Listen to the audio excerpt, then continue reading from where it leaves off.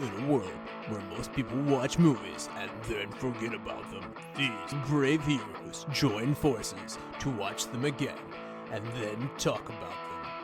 Join them in their epic journey as they go back in time, a decade and beyond, to revisit and break down films from a vast array of genres.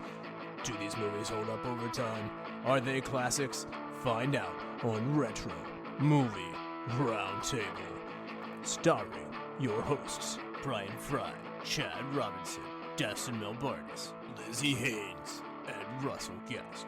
Coming now to headphones in your ears. Welcome, all you lords, ladies, and knights of the Retro Movie Roundtable.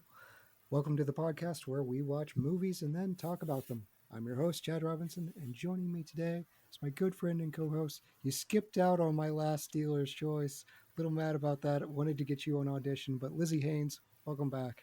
Yay! Thanks for having me back. I'm excited to be here. I'm excited for our guest. I hope you watched Audition anyways, but judging by the fact I didn't get angry text messages, guessing you didn't see that one. I have not seen it yet. You were such collateral damage on that episode. That was pure like Dustin and Russell hate. Brian wound up catching that one.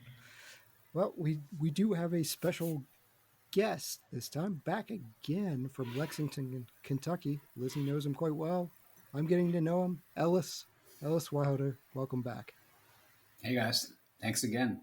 Happy to be here.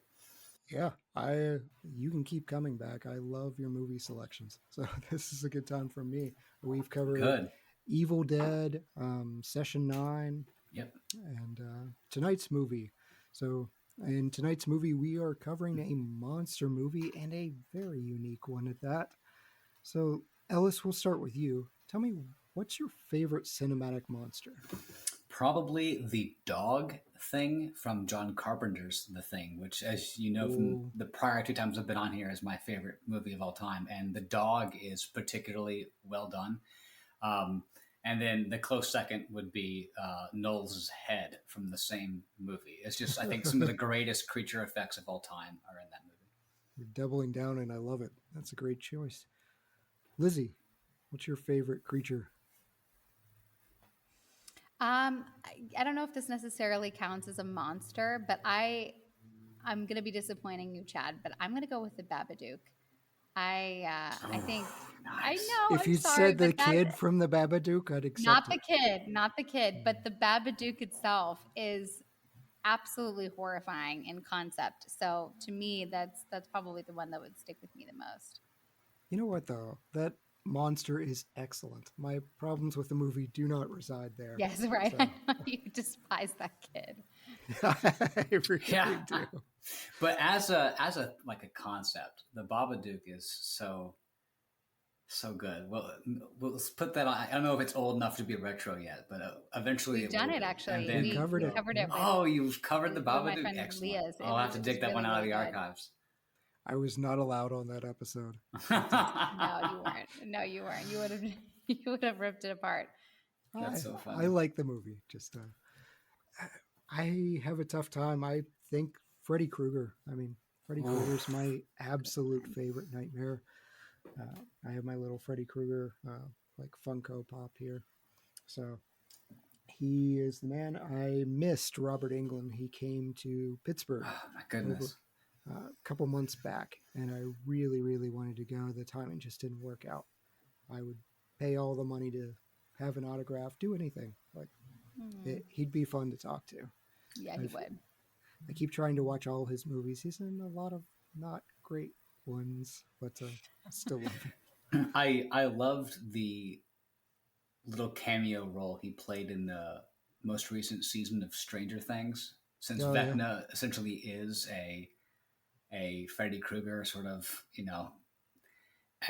doppelganger, kind of the way he haunts people's dreams and whatnot. I just love that they put in like a nod to just the concept of the dream demon to have Robert Englund be in there. And, I think he's, in the long line of like classically trained actors who became like monster movie actors, which is just an interesting, phenomenon that happens.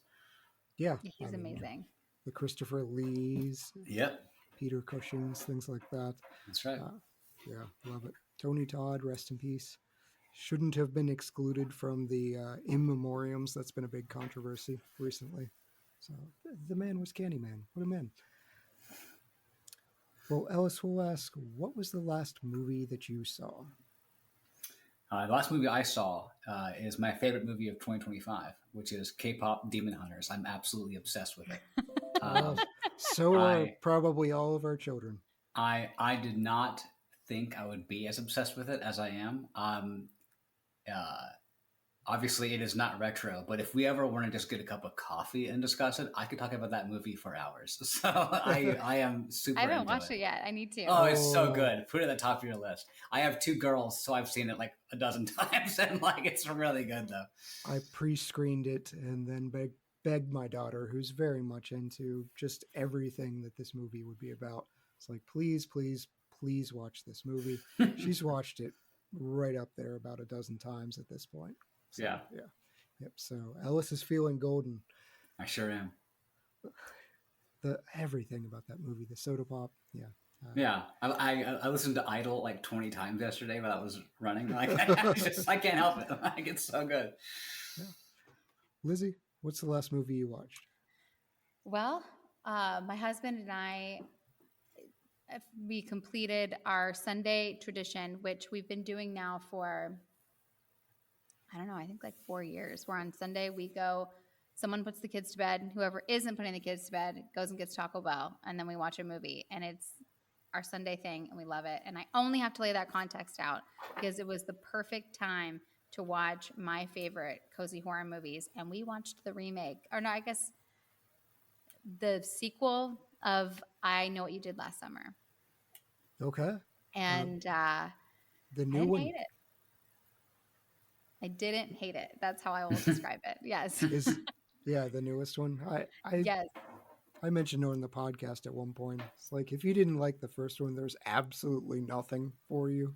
No. But they try. So the first and the second one I love. They made a third one that falls into the same category as The Haunting in Connecticut 2, Ghosts in Georgia, which you know how I feel about that. I'm like, that's not a sequel to The Haunting in Connecticut, where it takes place in like Colorado, and it's a totally unrelated situation but the person's still wearing like a fisherman slicker, and I'm like, you're landlocked. Like, why? No, like this is. I think what you will find that there's a number of things. To me, the most egregious example of this is actually the Hellraiser series, where you will see as a franchise gets traction, they'll just grab these screenplays that have nothing at all to do with the franchise, and then they'll just sprinkle some franchise dust on it so they can have an excuse to call it, I Know What You Did Last Summer, or whatever it is. The two Cloverfield sequels have nothing to do at all with the first Cloverfield movie, but they just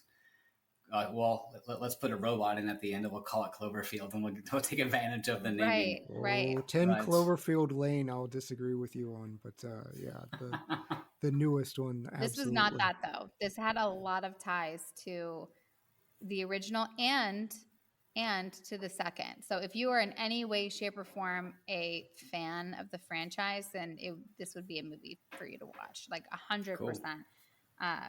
It's perfect cozy horror. Yeah, and check out our episode on the original one. So hear what we have to say about it.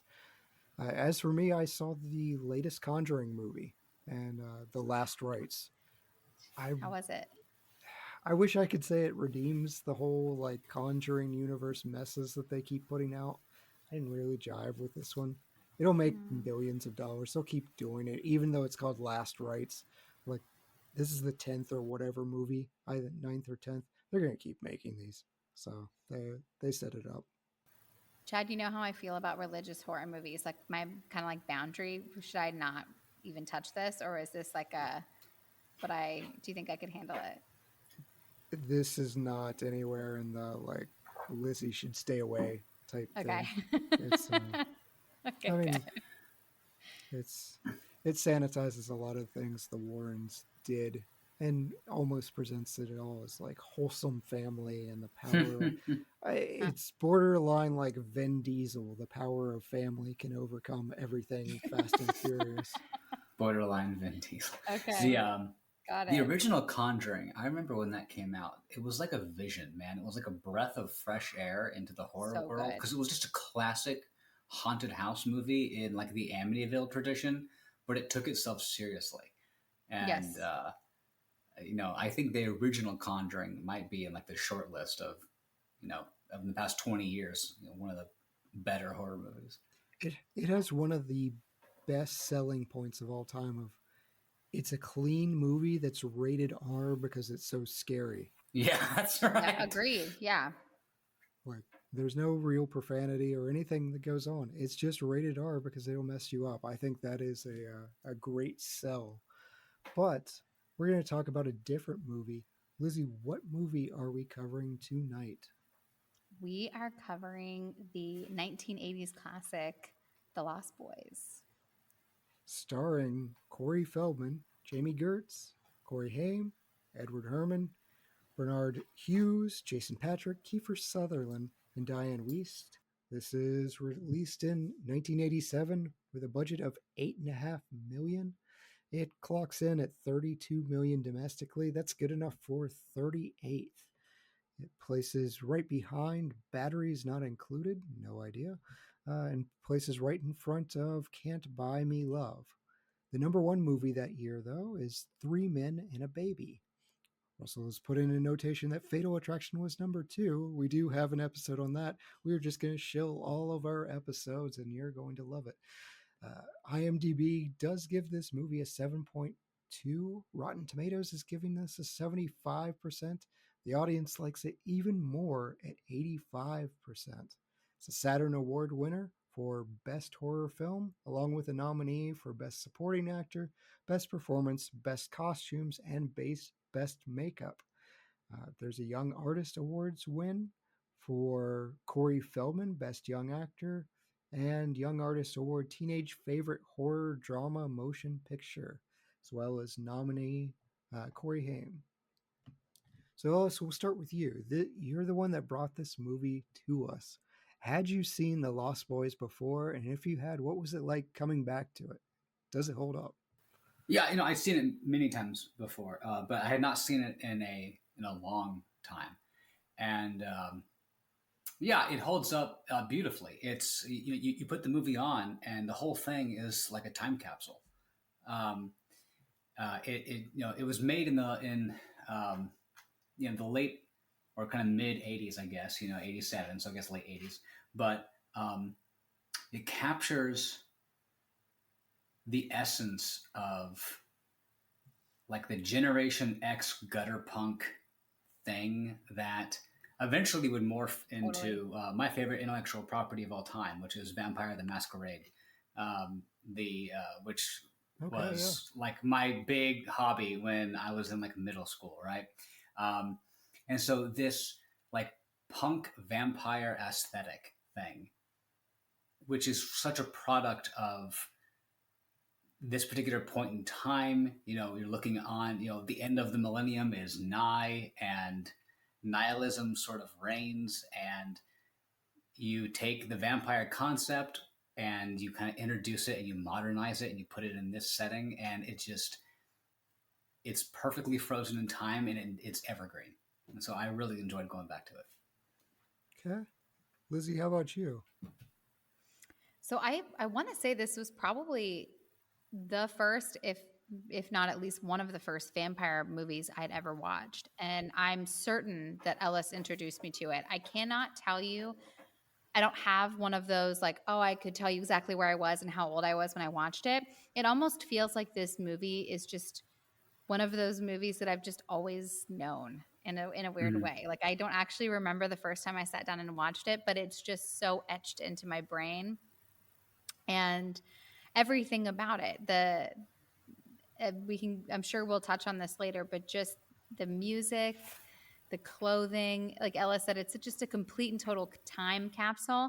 But then on top of that, they're really able to kind of find this tension between teen angst and like actual, like a true monster movie that isn't in like meet that tension really well. So it's just grown up enough that it feels actually scary, but campy enough that, young teenagers can kind of resonate and enjoy it. So I think it's absolutely fabulous. And I agree, 100% holds up. I had so much fun rewatching it. I did not get to this movie in my childhood. I got to this pretty late in adulthood. I want to say it was 15 years ago, maybe, that I first saw this. So different effect on me, but I love 80s movies. I love 80s camp. So I'm having a great time right off the bat and came back to it. This is a movie I probably hadn't seen in 5 or 6 years. It just kind of slipped my mind, to be perfectly honest.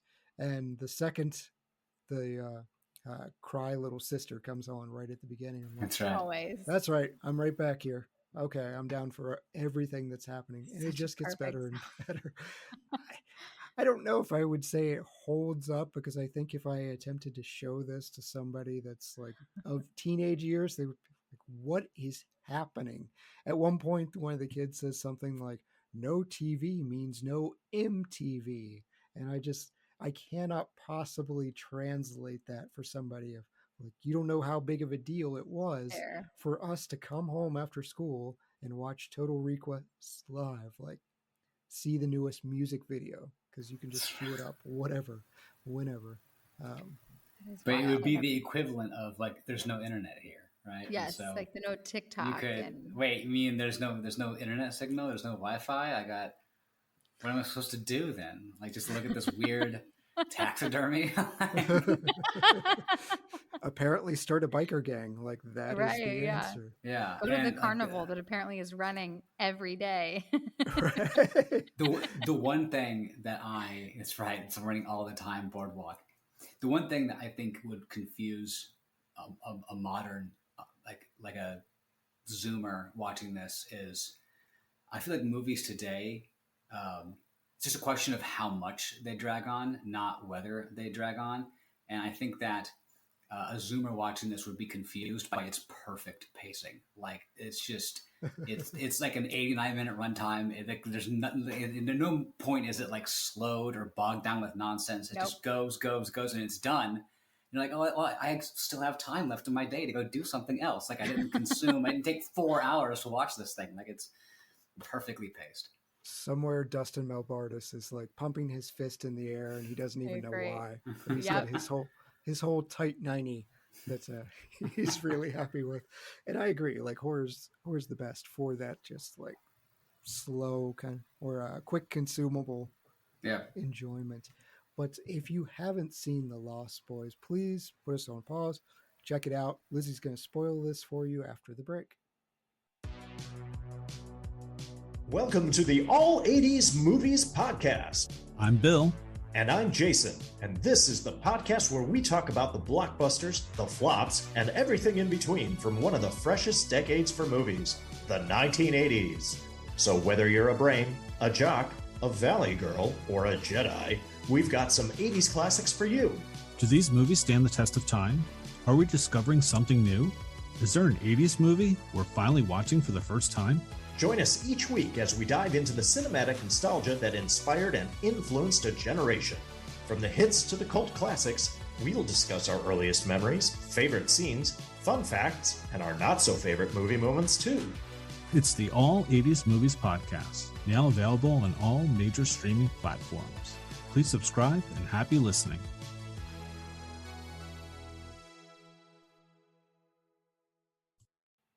And we're back. Last warning before Lost Boys gets spoiled for you. If you haven't seen it since 1987, go check it out. Lizzie, tell us what happens in this movie. Santa Carla, the murder capital of the world, is now home for Lucy and her teenage sons, Michael and Sam. They moved in with Lucy's father post-divorce for a fresh start, and everyone seemingly settles in nicely. Lucy starts working for a man named Max, a well-to-do retail owner who is taking a liking to her. Sam, an avid comic book reader, has set up home base at a local comic store where he's met Edgar and Alan Frog, experts in the mysterious happenings around town. They hand Sam a vampire comic and advise him to consider it a manual. Michael has caught the attention of Star, a beautiful and enchanting girl who appears to be a part of a gang whose idea of a fun night includes thrills and near-death experiences. One night, Michael is with Star, the boys, and their ringleader David, who bring Michael back to their own hideout. David hands Michael what he thinks is wine and asks him to drink and join them. Michael indulges and they party through the night. In the days that follow, Sam is noticing that Michael's behavior has changed. He isn't himself anymore, and as Sam dives deeper into comic book lore, he notices that Michael's behavior is lining up with that of a half-vampire, one who has made the change but won't fully transform until he makes his first kill. Sam calls the Frog Brothers and enlists their help.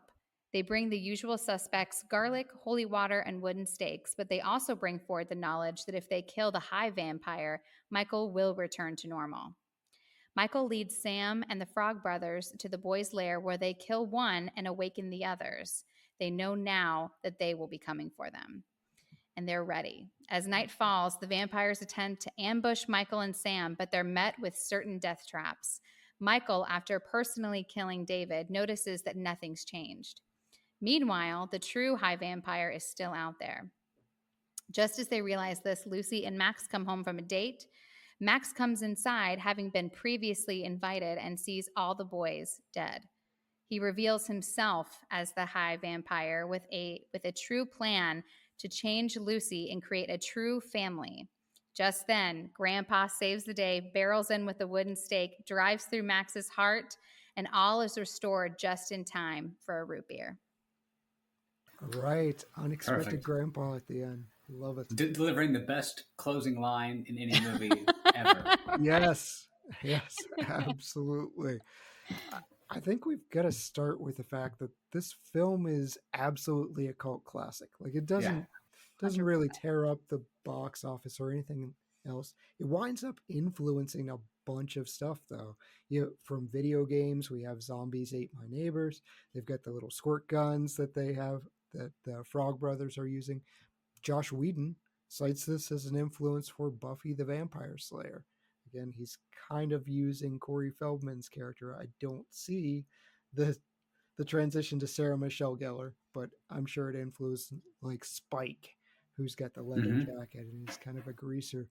What is it about this film that makes it a cult classic? Is it like the time period we're dealing with, the concept, characters, soundtrack, everything?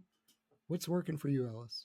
Yeah, it's the perfect storm of it. And the thing that I want to point out too is like, if you don't have this movie, as I said, you don't have Vampire the Masquerade. And perhaps if you're not deep into geek lore, that means nothing to you. But if you don't have Vampire the Masquerade, you don't have True Blood. And that was a pretty big cultural phenomenon. Yeah. And I think that I also question whether or not, now I should probably research this before I just launch off on a thing, but to me, Anne Rice did this interesting thing with the vampire, right? And she took the vampire out of the castle, it's no longer Dracula or Orlok, and puts the vampire as this like urbane sort of figure who is much more, the way that Dracula is depicted in the movie Bram Stoker's Dracula that was directed by Coppola is much more of an Anne Ricean type of vampire than like the actual novel, where Dracula is not, I don't think, particularly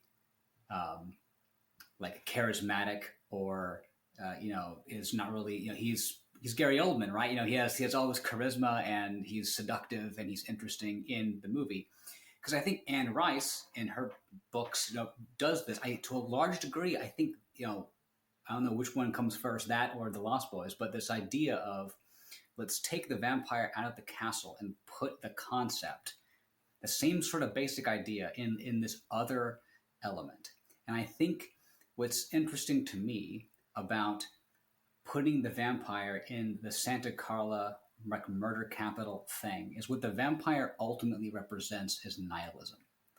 And again, like you're facing down, it's the 80s, like it's supposedly we've arrived now at like the end of history, right? Like everything's, all the contradictions are going to work out where we're going to had this nice golden age. And if you remember that speech that in Fight Club about, we have no wars to fight. We have no Great Depression. There's this sort of like sense of like emptiness, right? And we're going to try and fill that emptiness with all kinds of stuff. That's like what the vampire is. And you put that in that kind of 80s context where there's all this partying, but there's this weird sort of dark edge to it. And this sense of like the boys, before Michael even realizes that they're vampires, is participating in what he thinks is like, as you said, like Lizzy, these antics that are like, it's like death wish stuff, when they're all hanging off the train trestle. And he doesn't know what's going to happen, but he's willing to do it anyway because he's chasing something to fill this like nihilism. And to me, that's what makes the magic of this, is like you take all of, like you said, the music and the imagery and everything else, but it's putting the vampire in that context of like the society is collapsing all around you. And there's this cool, interesting figure who promises meaning and all of that. But the only way to find that meaning is, you must feed, you must kill, it's just like, it's a perfect, again, time capsule moment, I think. It is a unique take on vampires because, especially in the 70s, when we get a lot of vampires, it's really, really focused on the sex and the sex appeal and that type of, they're drawing from a very small portion of the original Bram Stoker's novel. And so this is a very different direction that we really haven't seen vampires do. Lizzy, what was working for you? I mean, I completely agree with Ellis. I think, I think that vampires are like probably, I think that they are like the only monster that's considered like quote unquote sexy. Like I feel like there's no other monster because it's not just in Lost Boys, it's in True Blood, and it's even kind of like done in like a whitewashed teeny bopper way in Twilight. And the fish from what was it, Guillermo del Toro's movie? The Shape of Water. Thank you. It's done, they always try to, there's always something about the vampire that they make, it's almost like humans are like a moth to the flame somehow to it. And I think that was the first time I remember ever really seeing that done. And I just think it's really all of it. It's just the music. It's kind of this time capsule of the 80s. But I completely agree with what Ellis said. I think it's really the idea of just taking this, Michael is playing with fire and you are watching him do it. And he is completely 100% in for the ride, and you're watching him go down this path knowing full well what he's about to do, but he is like, oh, everything's gonna be fine. Even Star kind of like whispers behind him, like, don't, it's blood. And he's like, yeah, whatever. And then he drinks it anyway. And I don't know, maybe on some kind of like psychological level, it can speak to like some kind of hyperbolic. We've all kind of been there in those moments where you feel pressured. We've all kind of had our own like metaphorical bridge that we've been tempted to hang from. And, but just watching it done in such an extreme way and then seeing how it turns out for him. It's just a perfect thriller. It was a weird non-reaction though. Like blood and wine do not taste similar unless you're of certain communion faith. Like that's he's just like, I thought it was wine. Yeah. How? And we're going to come back to that as a concept, I hope, soon. But, just to cap that off, the tagline on the movie, on the poster, the original release, is sleep all day, party all night, never grow old, never die. It's fun to be a vampire.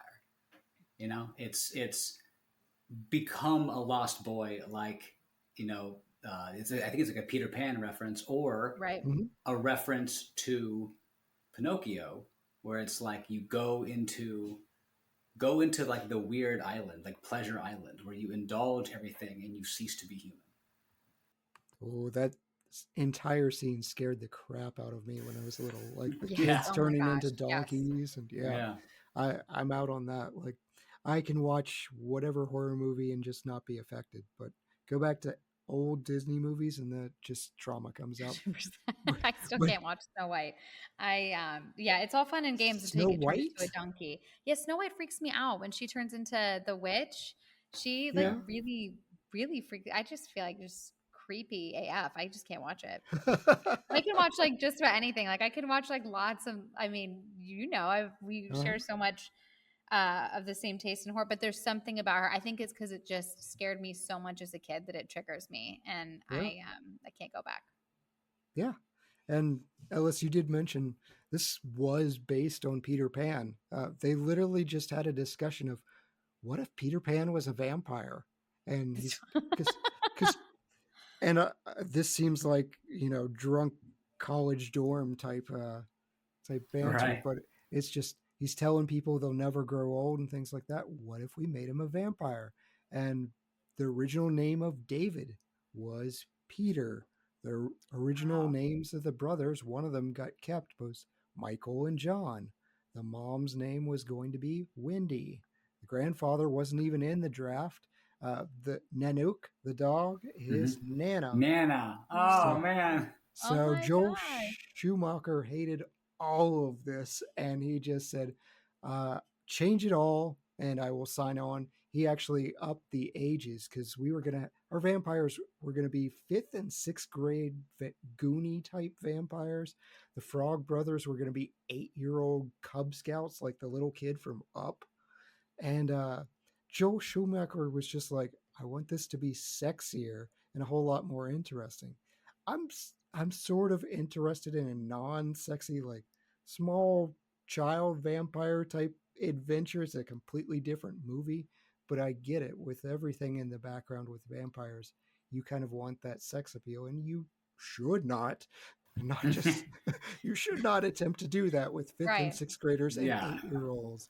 So we do get we get a wildly different movie, to the point of Ellis mentioned the best closing line. That wasn't even our closing line. Like, this thing went through a whole lot of transformation. It's supposed to cut to the surviving Lost Boys.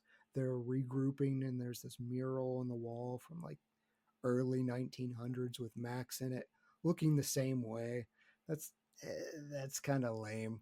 Like, it's just so punchy with Grandpa. Just all of a sudden, he was in on it all the time. That's right. Yeah, he knew everything, and he was very strategically placing those fence posts just in case he needed them, and all those horns and all the things. It was all intentional. Yeah, you're like, okay, this guy's a little kooky or whatnot. He's kind of fun, but there's a purpose. That's right. And, you mentioned Santa Carla gets called the murder capital of the world. But I'm going to be honest, like, it seems kind of awesome to me. Is this somewhere that you're afraid to live of? Murder capital of the world? Or are you kind of right there of, I wish I were around for this. Like, I wish my city looked like this. Oh, I think you know my answer. My answer is 100% no. Like, I'm not moving to the murder capital of the world. I don't want the smoke. I don't want to push the red button and see what happens. Oh, that Fire Fest type thing on the beach, though, that was awesome. That was pretty cool. Yeah, the saxophone guy. I still can't get over him. The way that that I had completely forgotten about that. It's something I wouldn't have clocked when I was a kid. But the guy playing the saxophone, I forget about that every time, and every time I'm so happy. Like, can someone please just throw like a wet wipe and a towel? He's so you can't. No, he's so oiled up. That's his whole thing. There's I love that the two men are just like, no, that man gets to keep his shirt off and pour more baby oil. Because that's the best part I know. Of the time capsule nature of this movie. There are elements in there, that scene and the posters that are in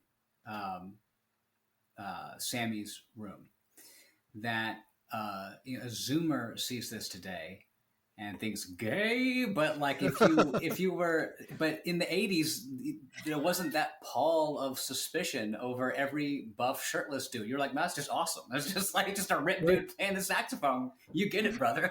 There was none of that. I mean, he did play the saxophone very well. Yeah. And if you need to be greasy to do it, more power to you, man. I don't know with like the choker collar and everything, the long hair. Yeah, he was rocking out. So, just a different time. Yeah, it's definitely meant to be like erotic, but it's the guys are just like, that dude's awesome. I want to beat him. That guy's awesome. That's right. That saxophone looks so tiny in his giant meaty hands, dude. Right. Like he's just like a cartoon character. That's so funny. I haven't been able to wear my metal dog collar for years. So like, That's right. That's right. It's a little harder when you play the French horn, but right. So we talked a little bit about our vampire gang, but let's get into it. Is there a specific vampire? We've got quite a cast of characters. We mentioned Star, mentioned David. Is there one that stands out to you? I mean, David is the most interesting. I think there is of all the vampire group, in the gang. There's a couple who are just sort of like there in the background. There's one, I think Marco might be the character who is. Yeah. I think he's the one who's killed when they make the assault on the cave, and he's kind of like the goofiest of all of them. Rest in peace, Bill Preston. He's if I had to go other than the obvious, I think mostly because he's the only one that the script really gives anything like to do. He's the only one who really kind of brings a personality. The others are there just to kind of round out the size of the gang and then to pose, a threat at the end. But David's character is it's just flawless. Kiefer Sutherland does such a good job portraying him. And there's that moment when, after they kill Marco, when he's trying to pull him back down into the cave, and his hand is exposed to sunlight, so he has to withdraw back, and like one tear like comes down, he's actually mourning. Like even the vampire, the monster, can mourn for his brother who has been killed. Like there's just an interesting take there. There's fun trivia about that. It's because his contacts stung. Like those contacts irritated him quite a bit. There's quite a bit of problems with the contacts. Alex Winters, who was our Marco, he had a scratched cornea. So he had to go to the hospital. He mentioned they actually did come to Steel City Con, and they talked about this specific movie. And so he was saying a bunch of people went to the hospital, but yeah, Kiefer Sutherland, they kept the take in. This is the rumor. Just his contact hurting, and they thought it was a cool scene, so they left it in. It's awesome. That's really cool. I mean, David, I agree. I mean, David is absolutely, like, he is, I think, what draws you into the movie, because he's like objectively cool. Like when Michael is chasing after Star, and all he has to do is just like Star, and she hops on the back of his bike, and just his little one-liners of like, you don't have to beat me, David, you just have to keep up. He's just like cool guy, super poised. But I think aside from him, I actually love Max. I think that I love the way that Max courts Lucy, and you can tell like it's very intentional, the way that they sprinkle in that he's really looking for a motherly figure. He says like little things to Lucy. He's, I'm looking for someone who's gracious in character. And then later when, that's our very first time that they meet, where he recognizes that Lucy's a compassionate person, and he really likes that about her, offers her a job on the spot. And then later when he tells her, Lucy, boys, they need a strong hand, otherwise they're going to walk all over you. And she's like, he doesn't walk all over me. And he's like, you're being protective over your children. I really love that. They're making it very clear so that upon a second watch, you can really tell that Max is genuinely looking for a mother for his boys. And I don't know, I find him fascinating. I think I could have watched an entire prequel just like all about Max and how he gathered up his boys and when and how and just all the things, because he seems like a refined vampire, whereas the boys are, by definition, just kind of wild feral boys. So I just think that juxtaposition is cool. Yeah, it's a Clark Kent Superman type thing for me, because he looks so mild-mannered and kind of dorky with how he dresses and with the glasses. And when he takes them off at the end, I'm like, oh, your face is actually kind of strong and scary. He sticks his tongue out, and he's just like crude and crass. Yeah, like everything changes that in that moment. Yeah, I liked him a whole lot, but Lizzy, I'm going to surprise you especially, because here's where I'm going to bat for children. Laddie, the little tiny vampire, like Eddie Munster. I kind of want more of that. I thought that was a very interesting character that they really could have touched on. I want to see the little kid performing violence. Like, show me this little kid gnawing on somebody's neck, like just flying out like the rabbit from Monty Python. This is what I want. They say that like they're in like vampire lore, because it's done in like Anne Rice novels in particular, where it's like there's something about like creating a child vampire. It's like one of their only like fundamental rules that they don't do. So I feel like it is kind of interesting to see, like maybe get like that background context on how Laddie came to be. Yeah. I was bummed out over Star. Like Jami Gertz, she's fine. She's pretty to look at, but she doesn't have a purpose other than just like driving Michael to David. She needed more to do, or at least more development. But if nothing else, I feel like, can we agree that biker vampires are superior to baseball playing vampires? 100%. Yes. Yeah. 80s, like leather jacket wearing, sleeping like bats in the middle of the night, or in the middle of the day. Way, way, way cooler than sparkly vampires for sure. I think that was my favorite sort of unique take. Every version of the vampire myth in film or literature or anything else always kind of keeps certain core elements, but then sprinkles in its own thing. Sometimes they can't cross running water, or sometimes, in this one they had the mythology of like, perhaps Max could have entered, but had he entered without permission, he would have been subject to all the usual things like no reflection or whatever. And it's hinted at that, like, the reason why none of that stuff pertains, because obviously at the end, David and all of them have not been given permission, and they can come into the home. So it seems like in here, it's not like we're in True Blood, like we literally cannot cross the threshold. In this myth, it's like, oh, they can come in, but they'll have no reflection, and they'll be obviously preternatural monsters. But if you invite them in, they can kind of conceal themselves better. That and the sleeping upside down with like the bat feet, like that's really cool. Like I've not seen that take like anywhere else. A very interesting way to do it. You're right, because Star enters Sam's bedroom, Sam or Michael, one of the two, and she's not invited in. But that was a fun take where you get the Frog brothers saying, "Did you know that?" Yeah, everybody knows that. Everybody knows that. They clearly did not. So let's bring them up. Let's talk about Edgar and Alan.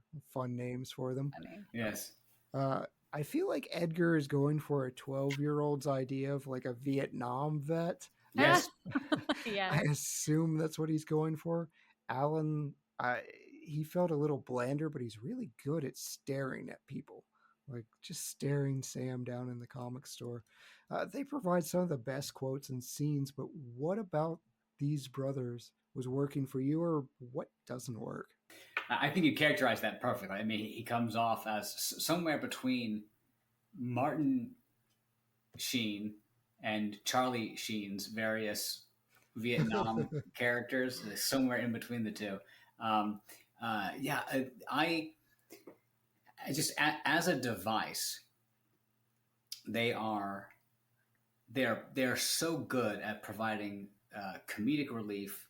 They provide exposition, but in a punchy, non-lore dump way, just through the device of, here's the comic book and it's a manual, and then Sam can read the manual. But the way that they're not incompetent, but they're not really good either.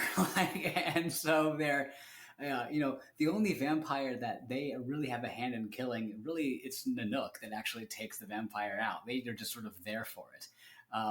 And so I think that they bring like a kind of charm to the movie. They bring some levity to it. While also, I think, just being, the Corey Feldman just elevates anything that he's in, really. I think he's so I agree. quintessentially 80s. They I break couldn't into agree. that christening and start just filling up on holy water. That is right. fantastic. It's so great. Levity was the word I was thinking of too. I mean, I think without them, you have a movie that isn't quite sure what it wants to be. I think that having them in the movie makes it very crystal clear that this is a thriller movie that is intentionally trying to bring some light, fun, campy elements to it as well. I think without them, it makes it really challenging for it to have, because they bring like those most of the scenes that they're in, like a lot of their kill scenes towards the end, like with that holy water, like some of the scenes that they're in kind of have that like Evil Dead adjacent, like campy vibes too. And without them in it to kind of deliver those like silly, like, like holy Batman kind of moments where It's the attack of Eddie Munster, yeah, like it's just so much fun. And I think without them, you really have a movie that feels like it's a little confused, and or like it's maybe perhaps like trying to be too serious. I love them. I think this was my first introduction to the Corey brothers, and of course, this was like their introduction to each other, as if I remember correctly. So like this started like a whole movement of the Corey brothers, and I mean, everything that they touched turned to gold, and for good reason. They're just so incredibly charming. They feed off of each other. Even that opening scene where the Frog brothers are kind of critiquing Sam's outfit, which by the way I thought was phenomenal. I loved his blazer, and they're like, I was like the frozen yogurt shops that way, like their little banter back and forth. It's fantastic. They truly elevate the movie. Mm-hmm. Yeah, you're right. This is their first film together because Corey Haim, he wasn't old enough to go out with everybody else for the late night parties. So he calls Corey Feldman up and he's just like, do you want to hang out? They bond over movies. They bond over visiting arcades. And they become really, really close. And then, to your point, Lizzie, do a ton of movies with each other later. Ellis brought up the word I actually had highlighted. I'm like, are they competent? I'm thinking on like a scale of 1 to 10, they're about a 3. Like they have some information. They are just really bad. I really wanted to see those squirt guns like in action, and they don't really get used. The bathtub becomes an accident. That's right. But all of those traps are pretty cool, and honestly, you can write it off as they're kids. I write it off the same as It Follows. People say, "Oh, they're stupid." Yeah, they're kids. That's the best they can come up with is trap the monster in a pool. That's right. Like, what do you want from them? These are not PhD people. Right. It's so funny. It's really funny. Yeah, they're just fantastic. I love them. One thing all of the actors that have repeatedly commented on this movie, as well as Joel Schumacher, have said about this, and I think is part of the charm that we haven't really talked about, is it's a family film. And we really have like 3 separate family dynamics with, this is fun, not 1 but 2 dating a vampire storylines. Like that's pretty unique. We've mentioned a bunch of things that make this a great movie, but do you think this kind of heart of the story is what potentially keeps this film out of like bargain bins? I really do. I actually love, and I'll get into this later, but I love Lucy. Like, I love her character so much. I think that the way that she's so docile and mild-mannered, and you can tell she just like very much loves her children. And she's just trying to kind of navigate this like totally new season of life that she's in. She's a recent divorcee, and she's just trying to kind of, I think, I don't have teenagers, but kind of meet that awkward tension of, I'm, with Michael, you're kind of old enough to do your own thing now. I can't really stop you from doing it. And I've moved you to this new place. So kind of the least I can do is let you spread your wings.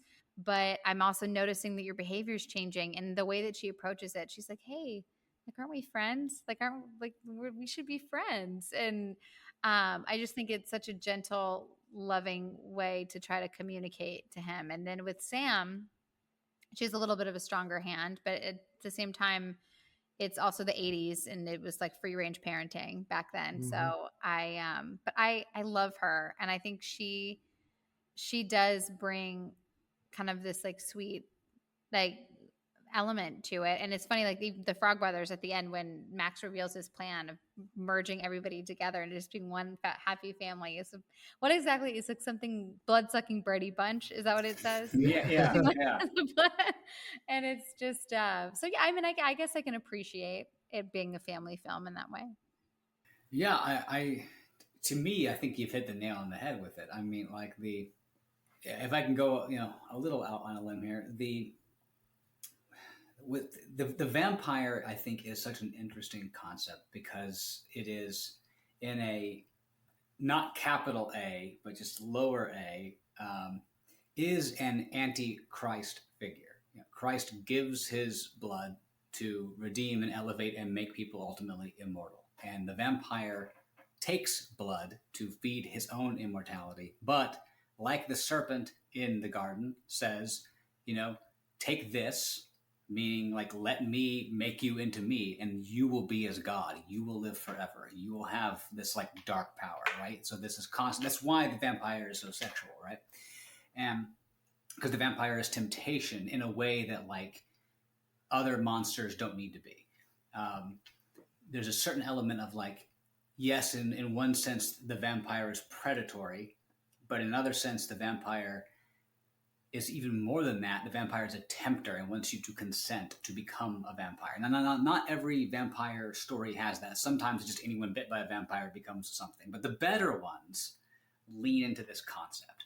And when we go down into the lair that they have in that sunken hotel, which looks like a church, right? The way it looks like you're in a big basilica with those big vaulted ceilings and everything else like that. And they bring out this cask, which they say is wine. And as you mentioned, it's, blood and wine don't taste the same, but, obviously, I'm Catholic. We believe that the wine becomes Christ's blood, but the accidents of wine remain so that it still tastes like wine to the senses, but we believe it no longer is wine. It's this sort of dark communion experience, right? And the idea of communion, community, right, is, okay, receive the sacraments, become a part of the family that is like the body of Christ, right? So enter into this dark family, right? At the end, David says, my blood is in your veins. Like I am a part of you now. You've let me in, right? Michael is, it's important to note that, his family is broken because his mother and father have divorced. And so now they have relocated. So he is uprooted from home and he doesn't have his father. And so he is looking for purpose and meaning and a family, which we all need. And David comes along and through the initial lure of Star offers him family. All you have to do is drink this and you'll be like us. And he doesn't really know what that means, but he knows that these guys aren't necessarily like the best dudes around, right. But he goes for it anyway, right? That's what I think makes this movie so interesting, is that it doesn't hit you over the head with it, but there's these tones underneath the whole time about like the family is important even to the monsters. Like community is important even to them, but the trial that we have to navigate during this mortal life is to what community will we cleave ourselves. We don't have the option of being out of community. We have to stand with somebody, but who is it going to be? Like that's the option that's the choice that we have to make, right? And it does it in a way in like 90 minutes while having a lot of jokes in it. So I think there's a lot going on there. Yeah, they almost do the one of us type chant. Yeah. Be one of us. And we get this slow transformation. I don't know if they're going for that as of Michael's transformation being like a metaphor for drugs, rebellion, peer pressure, or something like that. Or if it's just a really cool vampire twist that we just slowly get that. But I'd like to think this movie Ellis touched on a lot of it, and he said it a whole lot better than I can say it. It's deeper than the stupid things that are happening on screen. So, Yeah. so I do think that elevates it, which is interesting because a bunch of our cast didn't want anything to do with this movie. Jason Patric turned the film down repeatedly. His exact comment was, "The script wasn't very good." Joe Schumacher, he calls Alex Winter's mom and tells him to do the film because Alex Winter is ignoring him. and so Joel Schumacher is like pleading for people, but it seems like there was quite a bit of script doctoring. And one other thing I'll mention, did you guys notice this movie was shot like in a very special cinematic way that is undeserved for the type of movie that this is? Like our cinematography was outstanding.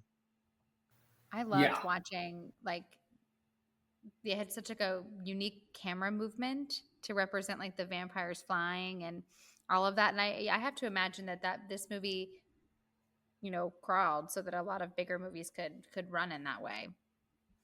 I think that was one of the best filmmaking restraints I've seen in a long time was the choice to not show the vampires flying, but to only do that kind of Evil Dead-esque POV shot, because there was almost no way to do that, especially with the technology at the time, but even today, there's almost no way to do that without it looking stupid.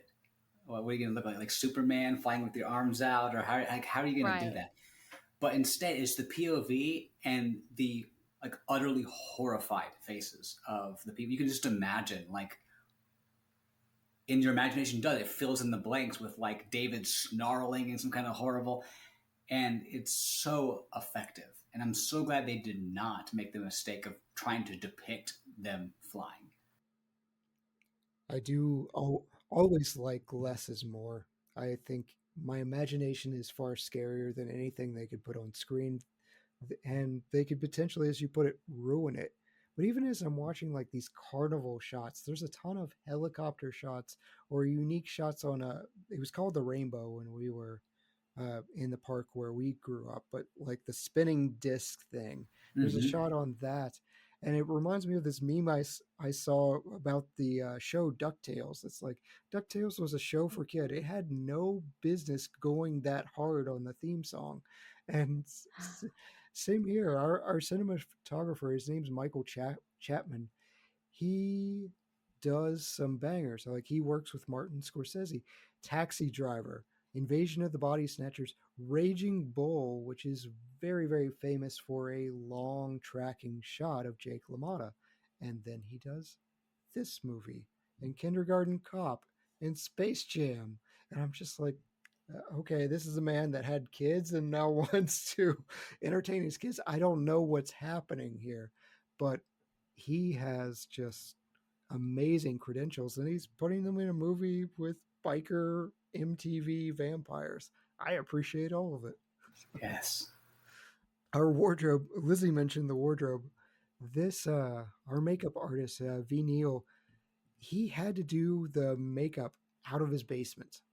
They talked about this at Steel City Con, so he wouldn't get fined because he was not in the union. So this was all like underground and oh wow, hush hush. I think they said he went on to win awards for makeup while still not being in the union. Mentioned the contacts hurting people's eyes. Mentioned the soundtrack briefly, but let's talk about it here before we get into our awards. I'm going to start with a complaint, though. This is the second movie this year where In Excess has appeared, and that has to stop. I do not want to hear In Excess in my ears anymore. But we get Lou Graham's Lost in the Shadows. We have Roger Daltrey's Don't Let the Sun Go Down on Me, Laying Down the Law from In Excess, as well as Good Times. People Are Strange from Echo and the Bunnymen. Cry Little Sister is our original song. There was a joke that this is the most played song in every strip club at the time. Oh gosh. So I Still Believe from Tim Capello. That's our sax guy. Beauty Has Her Way from Mummy Calls, and To the Shock of Miss Louise from Thomas Newman. A lot of these songs weren't really considered like big hitters, so the soundtrack was relatively cheap. But Lizzy, we'll start with you because you called it out earlier. The soundtrack's working for you? I'm obsessed with the soundtrack. It's actually my hidden gem, so I can skip that for now. But I absolutely love it. Cry Little Sister. For when I was a kid, I loved it kind of. I think the kids doing the like thou shalt, like the little 10 commandment thing. Yeah. I think to me, it struck the same chord as the like 1, 2, Freddy's coming for you. It kind of hit that same creepy element for me. And now listening to it again, it has that, that amazing 80s like meow kind of beginning part. And it is just like the ultimate 80s song. And when I was in college, let me see if I can look it up. When I was in college, I tried finding that song and I couldn't because downloading music and all of the things were so hard. It was so hard to do. You and mean like pirating music, right? That's exactly right. Before you had like real access to this kind of stuff. But I was able to find this band called Seasons After. I've never heard a single other thing that they've ever done, but they did a cover of Cry Little Sister, and it was like my favorite song to run to for probably like 2 years. So I absolutely love the music. And it's not even just Cry Little Sister. I mean, like People Are Strange. It's so perfect. Everything about, they picked the music so perfect to act as just an additional vehicle for this movie to be a time capsule. It was so perfect. That is a wild thing to run to. I just can't get that out of my mind. Why it's like an song? emo rendition of it, so it's like really heavy on the electric guitar and the drums, so it's a lot more upbeat. And okay. So it's a lot more upbeat. So in that the pacing is fast, but I don't know. I was a weirdo when I was in college. Ellis, is the soundtrack working for you? It is. I'm a big believer that you really cement the movie by what song you go out to credits with. I think that is just an important way of teeing up like the final tone, like the sense that you walk out of the theater, or if you're watching it at home, the way that you walk away from the movie. And I didn't realize, I probably should have, I guess I'm a Philistine, I didn't realize that was a cover. I thought that was the original Doors version, but I love People Are Strange, and the way that we go out to that with at the end there, I just think is it just encapsulates the whole movie for me. It just makes it is like that ending. I think we begin with that song as well, and it the Cry Little Sister is famous, of course, but like it's something about that song that I guess who was the cover artist you said? Echo and the Bunnymen. Echo and the Bunnymen. Okay. But I just love that song, and I think that it does a great job in capturing, again, the essence of this like nihilistic, alienated culture looking for community. They do tease you because there's a giant Morrison head in the back of right. So I sort of assumed that was a nod to like, yeah, we got the Doors on the soundtrack, but I guess not. I guess we couldn't afford it. I don't know. Maybe. I pulled the soundtrack off of Amazon, so I'm going to blame Amazon if it's wrong. But no, according to Wikipedia, it is not wrong. Yeah. It is correct. I thought the same thing because when I read it, I'm like, wait, that wasn't the Doors? Am I remembering this incorrectly? So kudos to Echo and the Bunnymen for that. It works for me. It's 80s. It's loud. It's bombastic. It's a little bit annoying and cheesy, and that's great. It fits our scene just perfectly. The I Still Believe from Tim Capello is fantastic. Anytime you can fit a saxophone in the middle of like a metal, grungy, industrial type, love it. Like, just go for it, man. I definitely get the Freddy vibes you're going with, Lizzy. Little kids chanting things, especially semi-biblical things. Like, okay, children's choir brought in. This is bad things are going down. Right. But good things are going down too. You guys ready to hand out some awards? Yes. Let's do it. All right, let's talk MVP. Ellis, director, actor, supporting actor, something else. What do you got? For me, I think the MVP probably is the wardrobe. To me, more than anything else, it stands out. Just the visual aesthetic of David and the Lost Boys. To me, their hair, their earrings, the things that they're wearing, makes them so different than any other vampire group that you've seen, and is so well done. I mean, I actually believe that people might dress like this, and that if you were a vampire living in Santa Carla at that time, you definitely would dress like that. Obviously, it just seems so natural, while also being iconic. And I just think to me, it's on the same level as like Neo's jacket from The Matrix. It just like ties together the whole thing into one image. Kiefer Sutherland said he took that jacket, but it wound up disintegrating.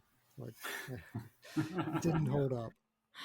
Oh, Lizzy, who's your MVP?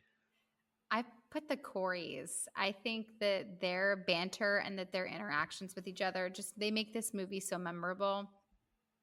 And I absolutely love it. I love Sam's character and how he's kind of going on this journey to, he's like, don't kill me. Like, I'm kind of a good kid. And he's just so sweet and kind of just caught in the middle between his mom dating Max and Michael and changing. And then you have Edgar Frog on the other side, who's just this kind of fuddy-duddy vampire hunter kind of guy. And they're able to team up together. And I love them as a team. And you can tell that they are friends in real life. Like, that kind of chemistry just really comes alive in the two of them. So I love them together. It's definitely an 80s trope that we don't really have anymore, of like dorky younger brother, athletic and popular, cool older brother who's going after girls. It's like, okay. Right. Yeah, I didn't necessarily miss this, but there it is. There's the trope. I actually went with Joel Schumacher, which is probably one of the very few movies I can give Joel Schumacher praise for. I kind of forgot that he can make good films after we had to rewatch his Batman efforts. And this is like balls to the wall entertaining from start to finish. And we've covered it already. It's a perfect time capsule snapshot of 80s culture. Love it. Totally. Who's your best supporting actor, Ellis? Jami Gertz is star. I know she doesn't have a lot of dialogue necessarily, but I think that she plays for me perfectly the sort of damsel in distress role. I feel like she has this desperate look when she is down on.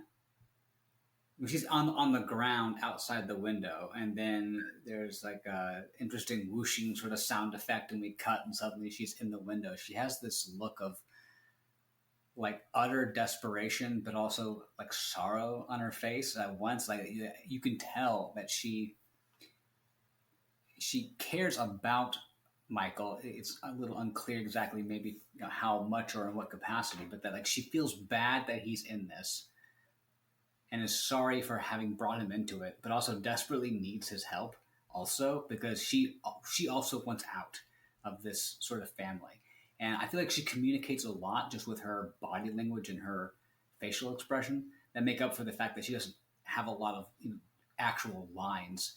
And she rounds up the character, I think, pretty well. So I like her a lot. She does have an excellent come hither look. Like, yeah, that's for sure. Yes, very well said. She's able to kind of capture that kind of sensual vulnerability is kind of how I would describe it a little bit, where she's not overly sexual, but you can definitely she's just kind of able to give you those like big doe, like I need help eyes, but also in a, kind of sensual way. And so she does that very well. There's not many actresses that can really carry that tension well. Yeah. Lizzy, who's your choice for best supporting? I put the character that plays Lucy. I put the mom. I love her so much. I think I touched on it a little bit earlier, but I find her to be so charming in just the sweetest way. You know, she's just kind of a mom that's just trying to do the best she can. And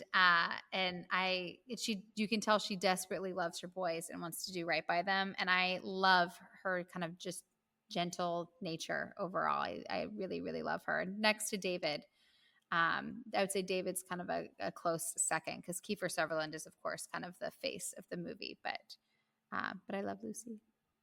Dianne Wiest, yeah. I love Lucy. Very nice. Yeah. I mean, are you acting the same way as Lucy does if your boys bring over like 2 extra strangers after you've cooked dinner? Right. No, I would not. I don't even know. I mean, that's such a weird territory, because, you're thinking about, like, if you have, I guess in my particular context, if like I'm trying to cook like a really lovely meal for Aaron, for example, like maybe like he's like out been on a trip or something, and I'm trying to like a really nice family dinner, and all of a sudden there's friends over. We've had situations that are kind of similar, and I'm like, get out. Like you can't be here, like in the sweetest, nicest way possible. We love you. You're welcome anytime, but not right now. So go, please. And these kids have to have boundaries. Otherwise your kids' friends will live at your house. But no, I am not. Maybe perhaps that's why I like her, is I envy her gentle patience of just kind of like, okay, sure. The more the merrier. Take a seat. That's funny. I went with Grandpa. We haven't talked about him too much, but I really felt like Barnard Hughes is who plays Grandpa. He steals every single scene he's in. Looks like I'm not the only one that got lucky last night. Oh. He just has this weird laugh that he likes to tag on to everything. He gets these punchy quotes to end the film. I want more of them. Like I want to watch his adventures in the background as he's building vampire contraptions and whatever else. All right. Hidden gem, Ellis. I sort of touched on this a little bit earlier, but for me, it's the way that the movie, again, as you put so well, there's more going on than is necessarily on the screen. Like the film is deeper than the sum of its parts, and for me, a perfect element of that is the train trestle scene. To me, this is like one of the most important events in the movie. That at this point, Michael has no reason to believe that these are other than just a bunch of gutter punks that he's trying to hang with, and so. And he gets down with them, and then suddenly the train is coming on, and they fall one by one, and he's, of course, horrified. And then you can hear their voices, like, coming up through the fog, let go, Michael, come join us, Michael, be one of us, Michael. And if you go back to my idea of, like, vampire as dark communion, vampire as, like, lowercase a kind of antichrist, it's like, take the dark leap of faith, Michael. Like, put your trust in me, and everything will work out. If I can quote Idol from K-pop Demon Hunters, I will make you free when you're all a part of me. And so he lets go, and he falls down into the thing. And that scene is, first of all, it's an awesome scene. But it just, you might forget it when you're trying to recall 5-6 years later. Oh yeah, I think I saw that movie, but that one stands out in my mind as like the central pivotal scene of the movie is that moment when they're all hanging from that train track. Another K-pop demon hunter. I'm obsessed. Like it's a problem. All right, Lizzy. You mentioned your hidden gem is the soundtrack. You want to talk a little bit more about that? I love it so much. I don't know. For me, that's the part that I'm remembering the most about this movie. For me, again, maybe it's just I'm calling out and highlighting my own weird, macabre nature, but Cry Little Sister had an effect on me as a kid. It really freaked me out and creeped me out, but in a way that made me somehow still want more. And I loved that song so much. And I love all the other music. Like we've already touched on, like People Are Strange, and even like the disgusting oily saxophone guy, like even he like still is so great. Like it's so perfect. And it perfectly puts you into the actual time. You know, they do such a great job of the clothes and the lingo and all of the different elements. But to me, it's the music is really what kind of tingles your senses and brings you back. And I think it's great. It really makes it feel like it's a true period piece. And it's absolutely fantastic. That is a perfect segue because I am going with the disgusting oily saxophone guy, Tim Capello. You get it. Okay. And you know what? He still does this. So he still performs, same outfit, provides the same performance. That man is a legend. So, oh my gosh, like his white long hair. Oh my gosh. That's hilarious. No, it gets better. So this is like the perfect 80s scene. I could not ask for anything else. The second that comes on, I just start cracking up. Of course, we're going to do this. The MTV generation. I know who I'm hiring to play Happy Birthday at Aaron's 40th birthday party down the line. Wouldn't that be an amazing? Oh, 100% that dude would do a cameo type situation where you just get oiled up. I mean, he still greases himself up. He does. So. Oh my gosh, that's amazing. I love that so much. Good for him. Yeah. Good for him. That's how I feel. If I looked like that, I would do that too. So. All right, recast. Who are you recasting, Ellis?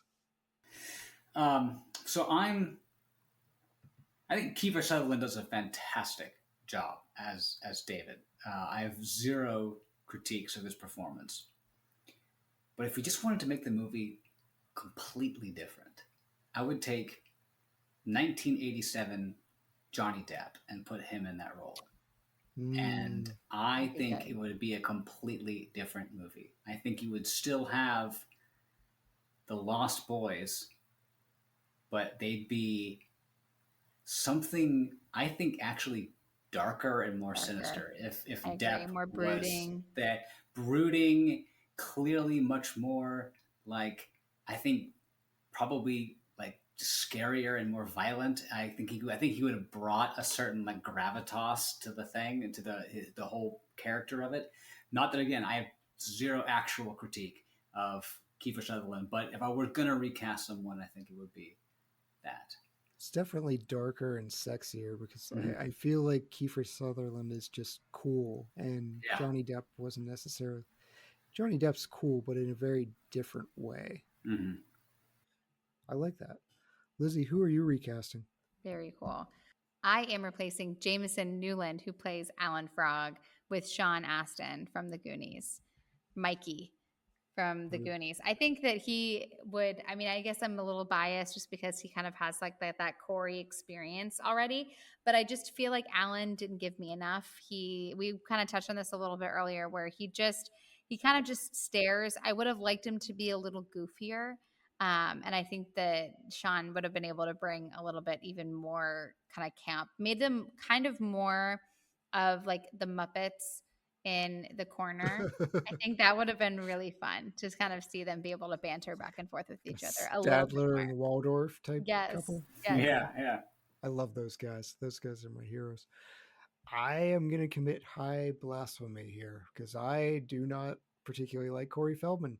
I don't like the voice he is doing as Edgar. It's just too much for me. Give me Emilio Estevez. Ooh, that would be really good, actually. Yeah. I could get behind that. It's different, but for some reason, him wearing a bandana, I can just picture it. That's right. Yeah. Best shot. We've talked about this because this is an oddly pretty movie. Ellis, what is your best shot? My best shot is the one scene of real graphic violence is when they are raiding that beach party and they swoop down and there's a lot of quick cuts.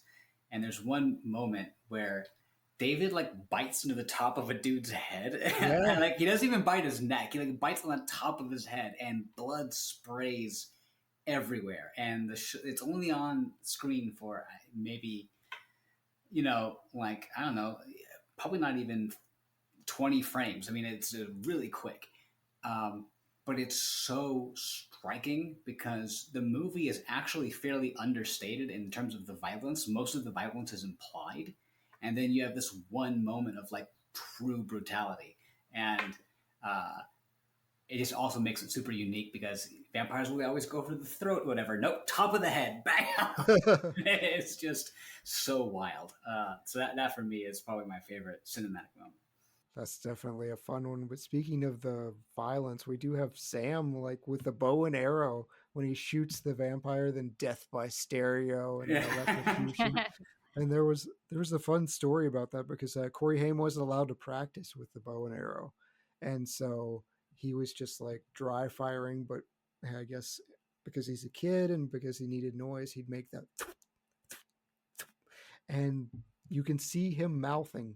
They couldn't get him to stop doing that when they actually were trying to do the shot, so they had to post-process, like cut that out.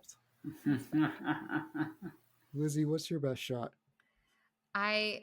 So I'm realizing now in my superlatives that I have put Lucy in here way too often, but no. I loved the scene, or excuse me, the shot where Sam he's reading about the hellhounds, and then the entire shot of Thorn? Lucy sprinting for her life. That scene is genuinely terrifying, and it is really scary. I remember being scared the first time I watched it, and I just that kind of continuous shot of her just sprinting to get to the fence and screaming for Sam's name. It was an awesome shot. It was kind of like this amazing like Cujo moment, like just sprinkled into, and that's another kind of cool lore is like this idea that they have dogs that protect them while they sleep.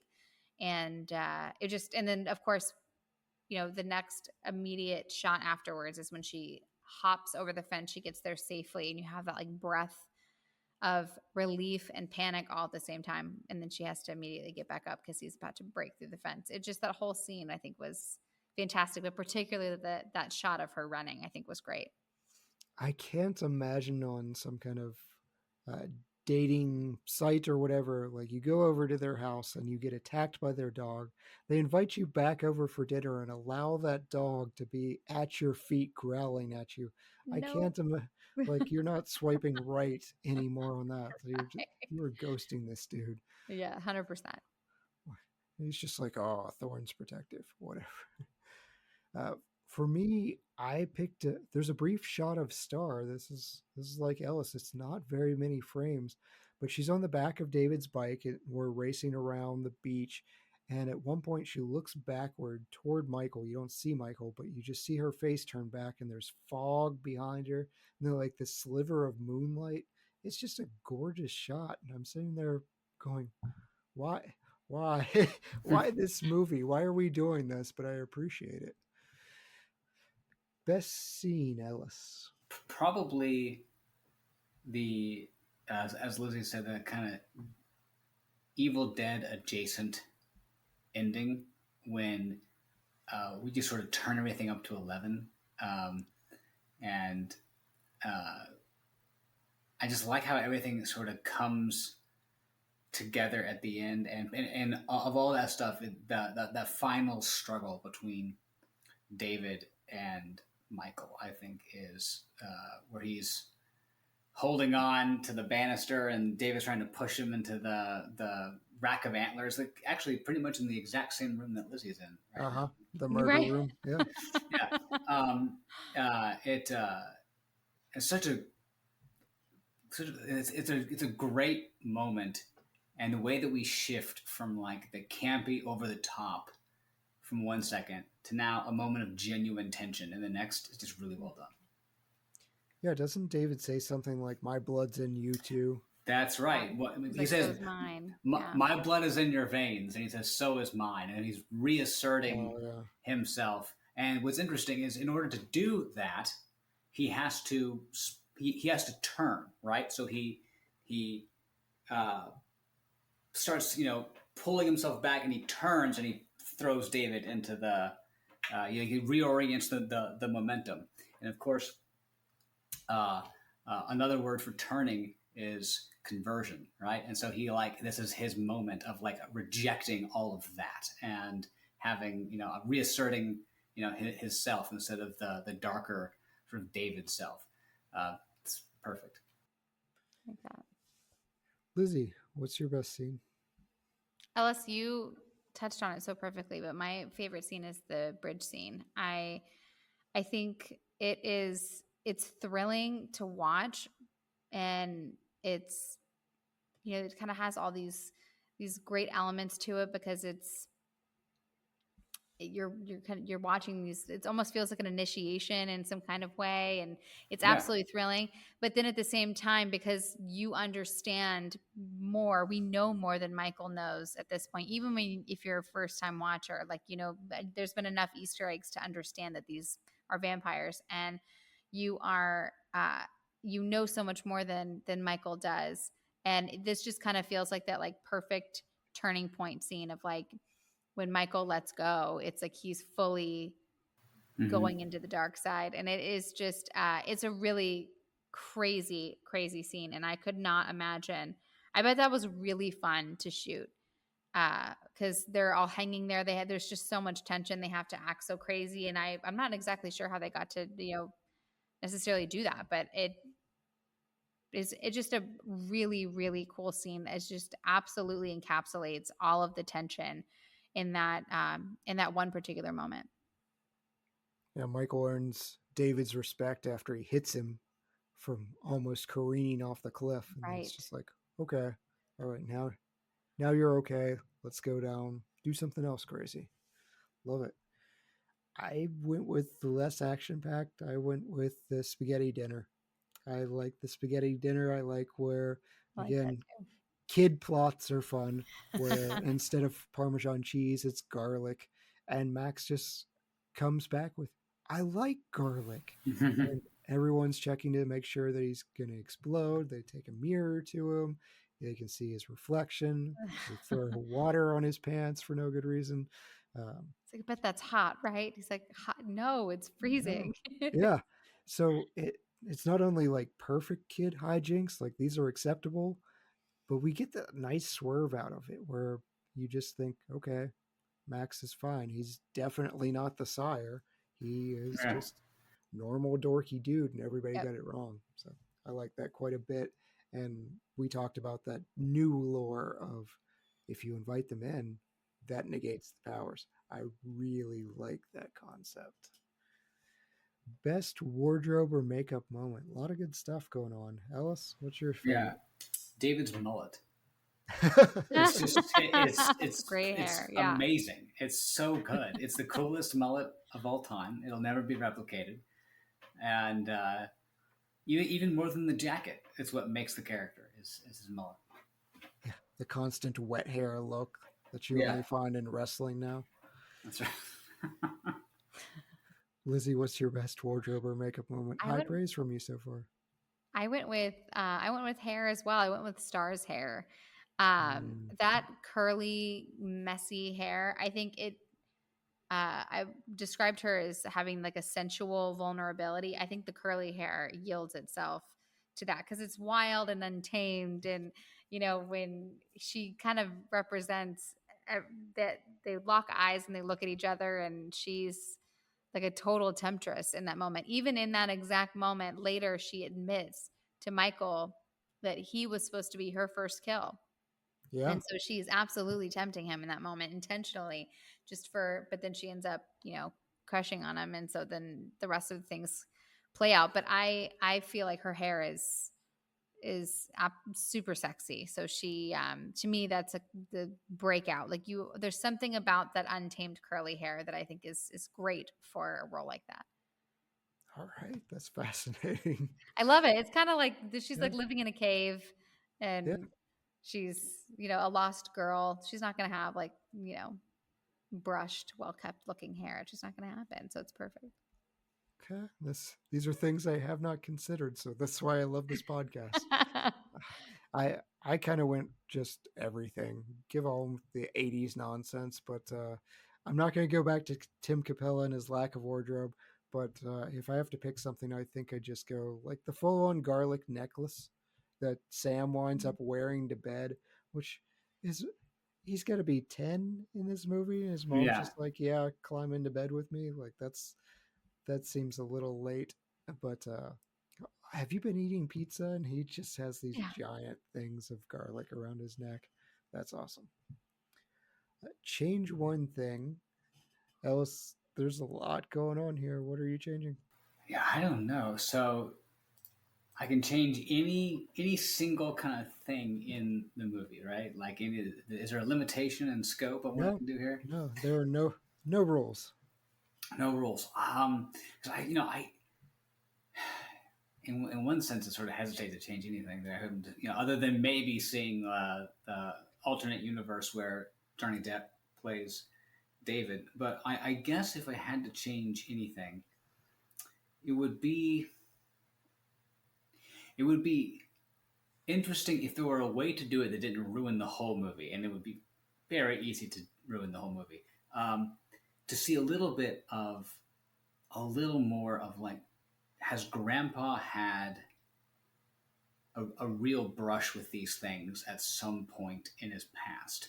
A throwaway line, in part that kind of ruins like the punch of the end if you do that, because it comes out of nowhere, and the fact that like the big reveal that he clearly knows all about all this stuff is so striking. But it would have been interesting if there were some like Easter eggy hint along the way that if you were really paying close attention, maybe you could have picked up on that while still allowing room for that final line to have such weight.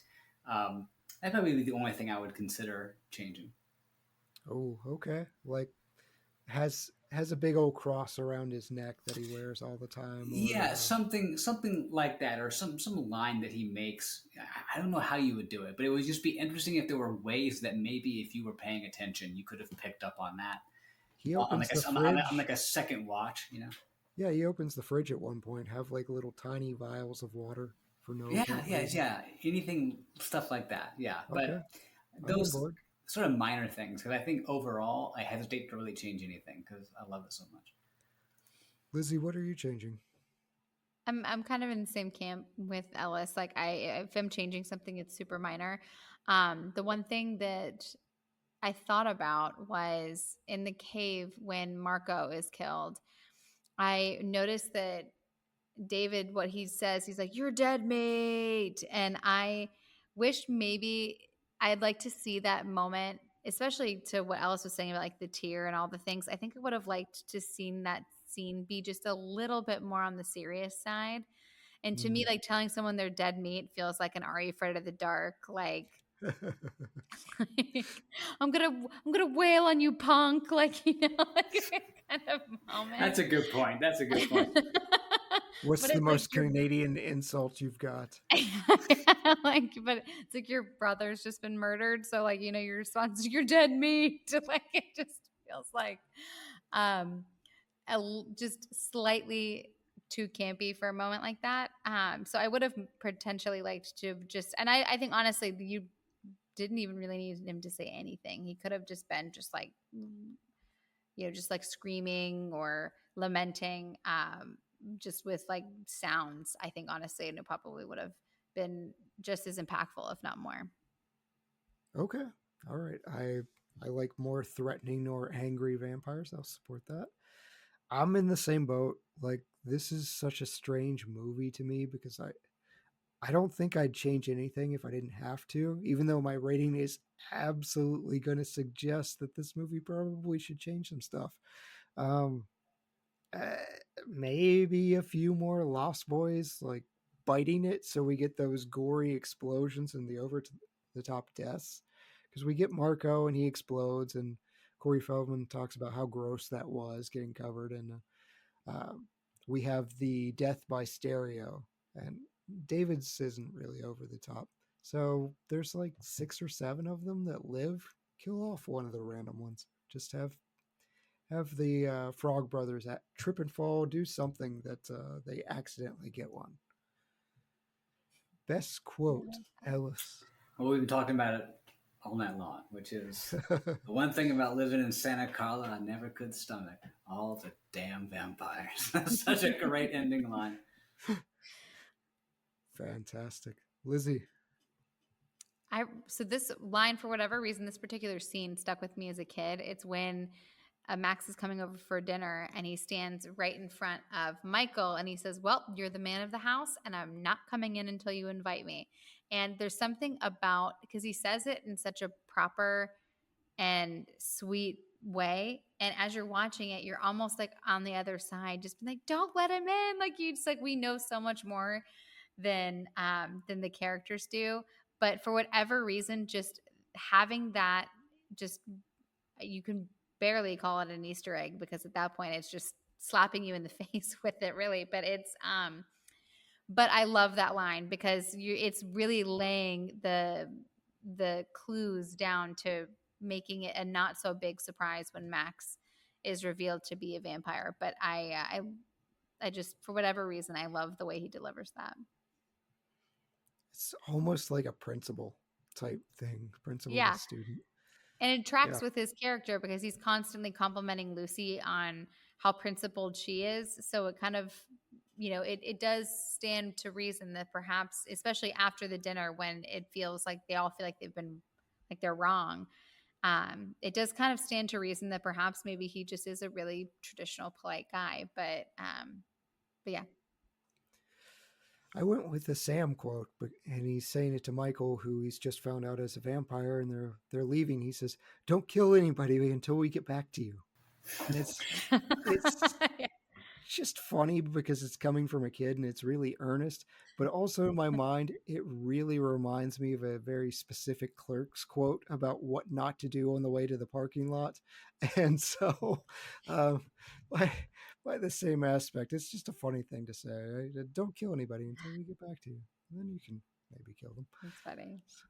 All right. This is going to be fun. So come full circle. Ellis, 0 to 5 stars, half star increments. What is your rating for The Lost Boys? I gotta give it a 5. It may not be a perfect movie in like some abstract sense, but it is a perfect, as we've said, time capsule moment. It's a gem. If it's not in the Library of Congress, it ought to be. It's not. Yeah, and you can see the extent to which we kind of struggled to come up with things to improve or to change about it. Again, even if you were to improve something, the improvement might kind of ruin the magic of it. And so I think it's like a lightning in a bottle sort of movie. I find it very interesting to hear that the tear may have been an accident of the contact lens. All the more reason to say that, yeah, it's lightning in a bottle. It's just perfect. So I give it a 5. Yeah, you can never set out to create a cult movie. It just happens. That's right. Yeah. What are you giving it, Lizzy?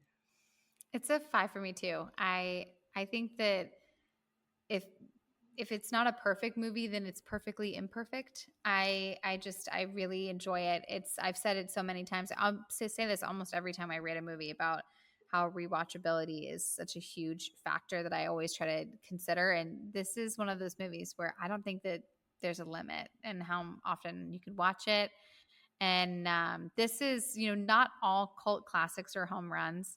Sometimes when you're trying to recommend a cult classic to someone, you're like, it's kind of one of those movies where it's worth seeing just because of its notoriety, but but this is actually a good movie. And it's to me, it feels special to have a movie that has so much infamy that also can really stand on its own as just a good film and fun to watch. And it's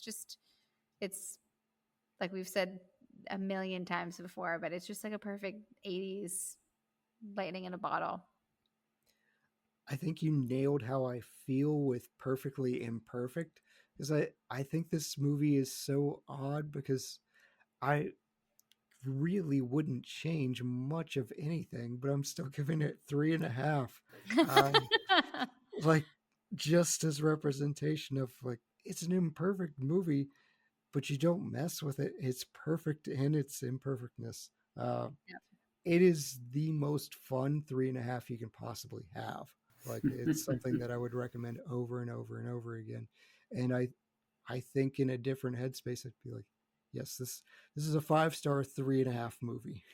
And it's just this enigma that I can't really figure out. But that's what I gave it when I initially saw it. That's what I come back to. Still love it to death. And it's just an odd. I don't know what to do with this type of movie. But we are going to switch gears. Lizzy, you want to help me pick a movie for next time? Yes, I'm happy to help.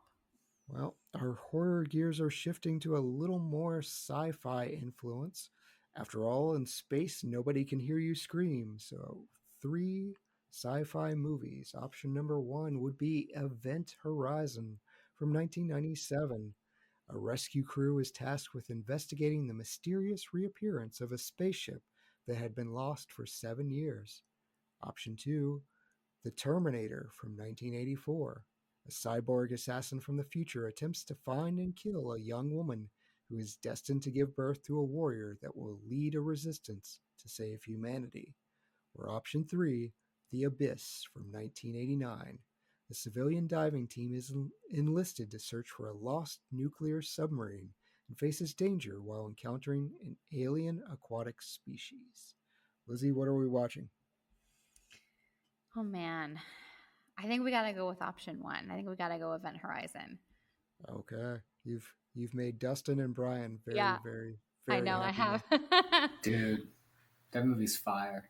That movie's so good. Yeah, that's going to be a good one. That'll be high, I think, on the end year review show. Oh, I'm sure we have some sci-fi nuts in our hosts and in our guest list. So tune in for that episode. Ellis, thank you so much for joining us again. You always bring just a blast of movies. I love them. Awesome. Well, I'm so happy to be here. Thank you for including me. Absolutely. Yay. Thank you, Lizzy. Good to see you again. Yes, go watch Audition. Like one of these days. That's 100% your date night, Taco Bell night with Aaron. Go watch Audition. Oh my goodness. Don't do that. Do not eat. No, don't do that. Not do that. But thank you all the lords, ladies, and knights of the Retro Movie Roundtable as well. We invite you guys to reach out to us because we want to hear from you. Please subscribe, rate, review us. Apple Podcasts, Spotify, Google Podcasts, Pandora, wherever you get them. Subscribe to our YouTube channel. It's audio only.